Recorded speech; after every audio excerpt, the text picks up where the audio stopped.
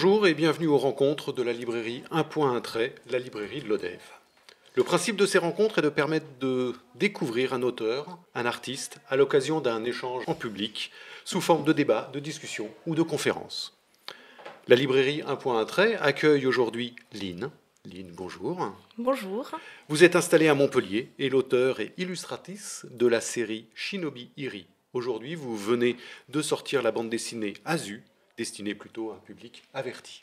Le premier album de Shinobi Iri est sorti d'abord en format belge aux éditions Brune et ensuite au format manga en auto-édition avec un financement participatif. Pourquoi ne pas continuer avec le circuit classique des éditions et des maisons d'édition ? Alors, il y a plusieurs points.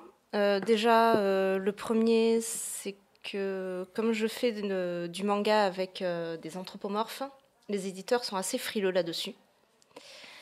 Et deuxième point, il y a aussi que le fait de ne pas avoir de patron, on va dire, au-dessus, ça laisse une certaine liberté pour l'histoire. Vous éditez en fait sous le nom de Tengu Édition. Parlez-nous un petit peu de cette maison d'édition, la vôtre. Alors ça se prononce Tengu. Oui, très bien. J'essaierai de m'entraîner sur le... Il n'y a pas de souci. Quoi dire dessus ? En fait, c'est pas vraiment une maison d'édition officielle. On va dire que c'est plus un logo que j'ai créé pour que ça fasse professionnel. Mais en vrai, c'est pas forcément une maison d'édition qui existe. Ouais. Alors, vous parlez de manga. Qu'est-ce qui caractérise ou qu'est-ce que le manga ? Alors, le manga, c'est de la BD, tout simplement, puisque manga veut dire bande dessinée en japonais. Mais ce qui le caractérise, c'est plutôt le nombre de pages, le découpage, le format aussi, que ce soit en noir et blanc. Et après, il y a tous ces petits trucs comme les speedlines, les expressions des personnages qui sont vraiment très exagérées, qu'on ne trouve pas forcément en BD franco-belge. Et au niveau du scénario, ça tourne beaucoup sur la psychologie des personnages, chose qu'on ne voit pas forcément non plus en BD franco-belge. Vu que le nombre de pages est très limité, on ne peut pas forcément trop développer ce côté-là. Voilà. Et en manga, il n'y a pas de limite là-dessus, quoi. Et justement, cette écriture graphique qui vous motive, parce que la première édition de Shinobi Iri est sortie au format belge, en couleur. Pourquoi avoir choisi cet album-là et puis ensuite passer au format manga ? Alors moi, à la base, ça devait être du manga.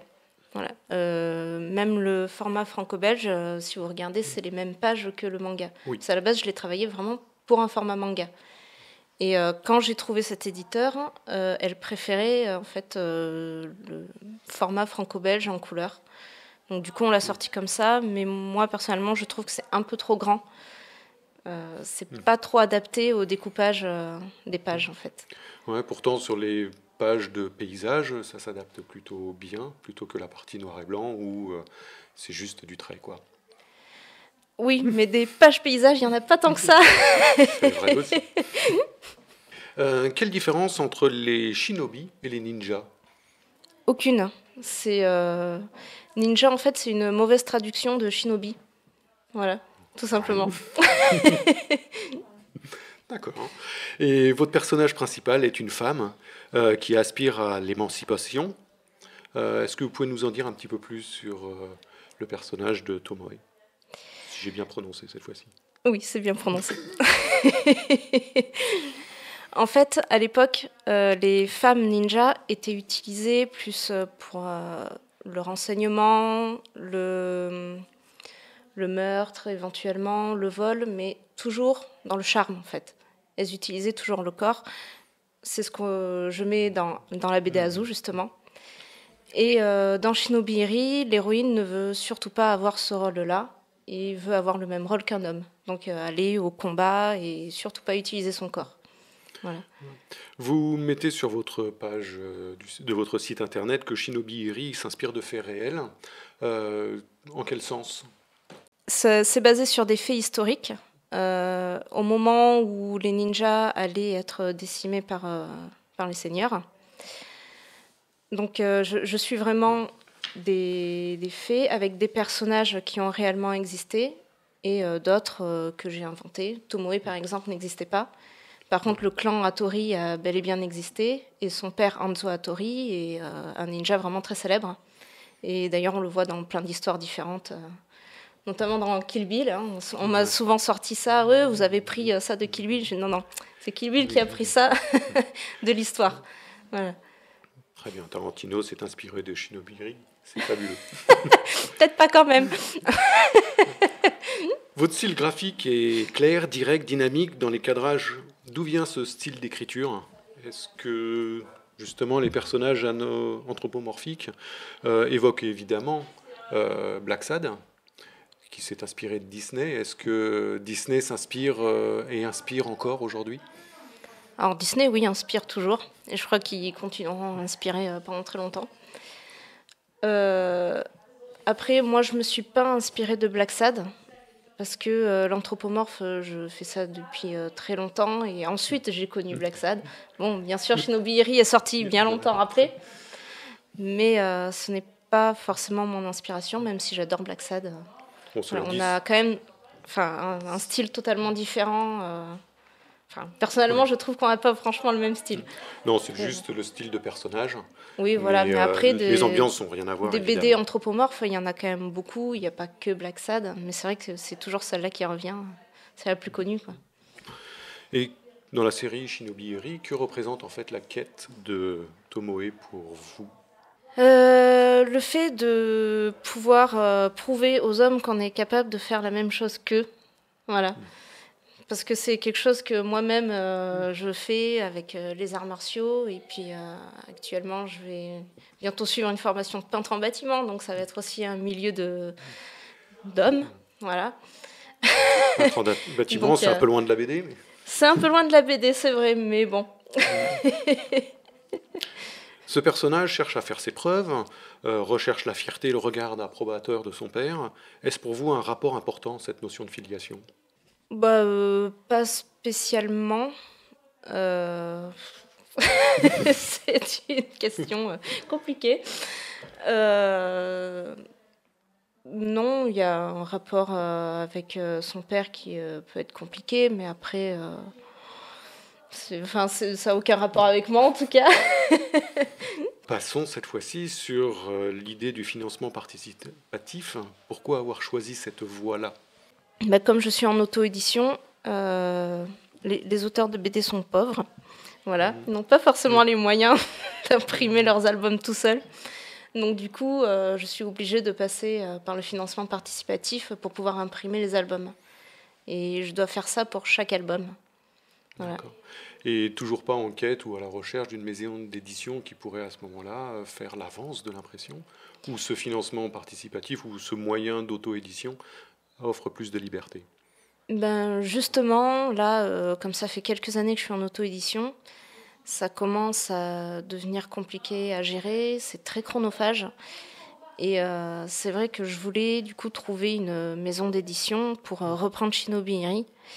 Mais aujourd'hui, c'est compliqué de trouver une maison d'édition qui reprenne une série déjà en cours. Et alors, reprenons cette fois-ci l'axe sur la bande dessinée Azu, qui, elle, sortie au format BD belge. Pourquoi ne pas avoir continué dans l'idée du manga pour cette série-là? Avant de faire du manga, avant de faire Shinobi Iri, j'avais travaillé plutôt sur des projets franco-belges, parce que j'adore la BD franco-belge tout simplement. Donc j'ai pas vraiment de préférence entre le manga et le franco-belge. Si Shinobi Iri il est parti en manga au début, c'est parce que j'étais plus à l'aise sur le découpage. Mais à force de faire des planches de manga, je suis plus à l'aise du coup au niveau du storyboard.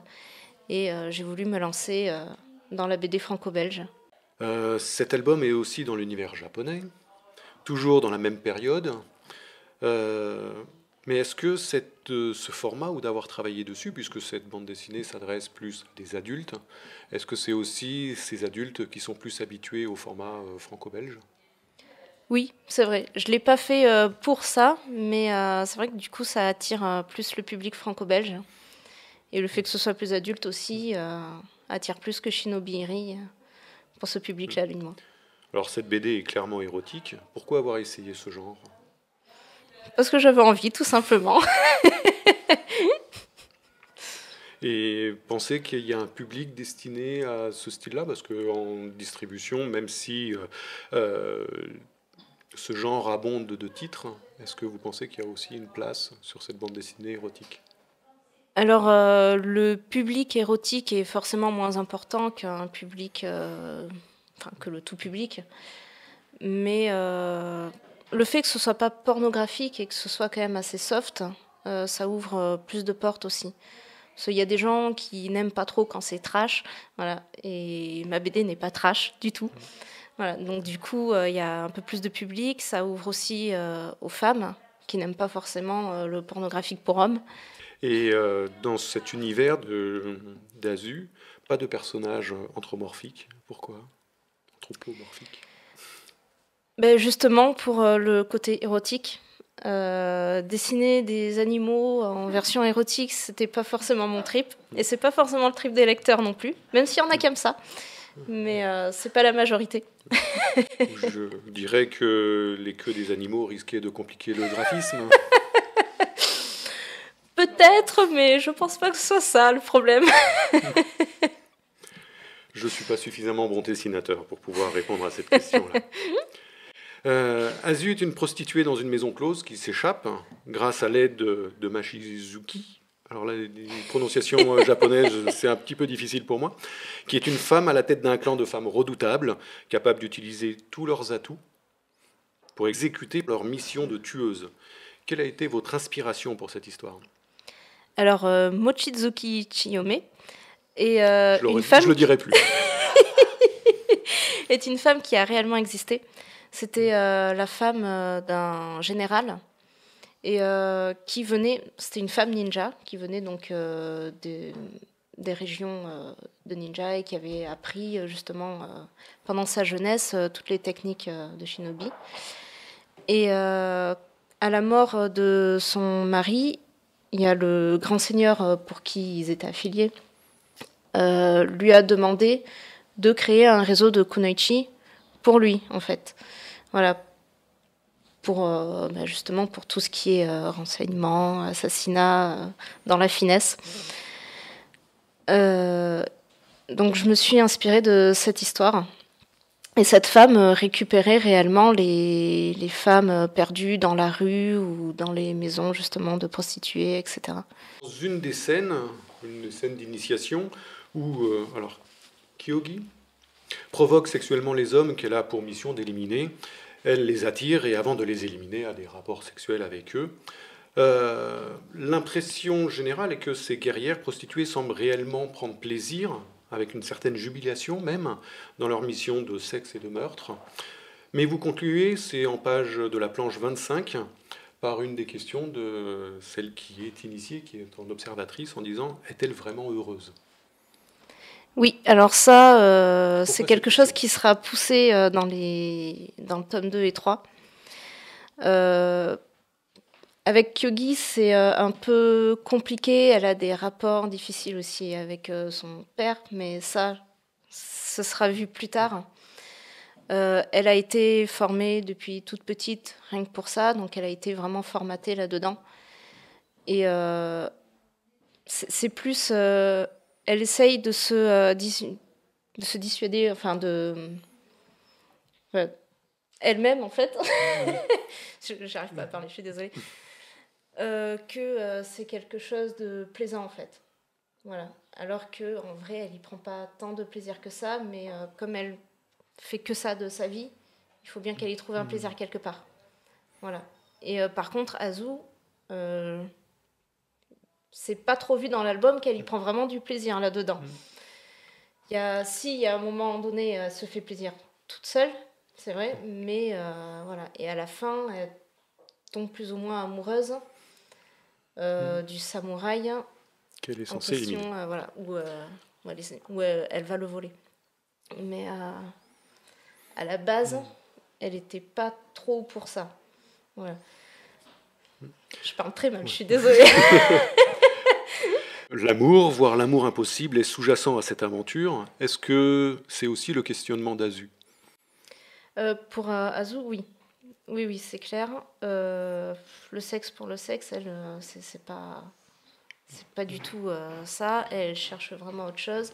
Après, c'est pareil. Son père l'a vendue dans une maison de prostituées. Elle mène sa vie comme elle peut, on va dire. Donc, elle va essayer de trouver le bonheur avec le samouraï, mais ça va être compliqué à mettre en place, étant donné qu'elle appartient à ce réseau de femmes ninja et qu'on ne peut pas forcément partir comme ça. C'est comme les maisons closes. Voilà, une fois qu'on est dedans, c'est compliqué d'en sortir. Est-ce que le rapprochement qu'on peut faire entre vos deux séries, enfin, puisque Azu semble être le début d'une série, d'après ce que vous dites, puisque vous révélez des éléments qui ne sont pas forcément présents dans le premier album, et dans Shinobi Iri, pareil, est-ce que c'est la question de l'émancipation qui vous motive aussi?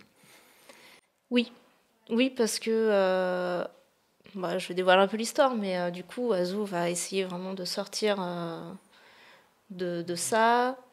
Elle va essayer de sortir de ses soucis, de ses problèmes pour mener une vie heureuse. Ce ne sera pas sans problème, évidemment. Après, le côté, les femmes n'avaient aucun pouvoir à l'époque. Et il y avait quand même des femmes qui essayaient de sortir de ce côté-là. Il existait des femmes samouraïs. C'était très rare, mais ça existait. Et j'aimerais bien montrer ce côté-là aussi, parce que aujourd'hui, la femme, elle a quand même beaucoup plus de droits, et essayer de retranscrire ces droits-là à l'époque, ce qui n'est pas forcément évident. Pour conclure, quel est le lien pour vous entre l'univers de Shinobi Iri et celui de Azu? Alors, le lien, il est très proche, puisqu'en fait, c'est tout simplement que Azu se passe 13 ans avant Shinobi Iri. Et il y a des personnages de Shinobi Iri qu'on retrouve dans Azu. Voilà. Donc c'est vraiment le même univers. D'accord. Au fur et à mesure des évolutions des deux séries, il va y avoir des croisements? Il va y avoir quelques croisements, mais pas trop importants non plus, parce que je veux que les deux histoires puissent se lire séparément. Donc on ne va pas avoir des réponses à des questions entre les albums. Voilà, pour éviter justement que les gens se forcent à lire tout. Bon, ça peut être une façon d'inciter la découverte. Oui, mais bon, j'aime pas forcer à la vente, quoi. Shinobi Iri, la série laisse évidemment présager d'une suite. Pour quand? Shinobi Iri ? Oui. Oui. Alors, il y a le tome 4 qui sera fait une fois que j'aurai fini d'envoyer toutes mes contreparties Ulule d'Azu.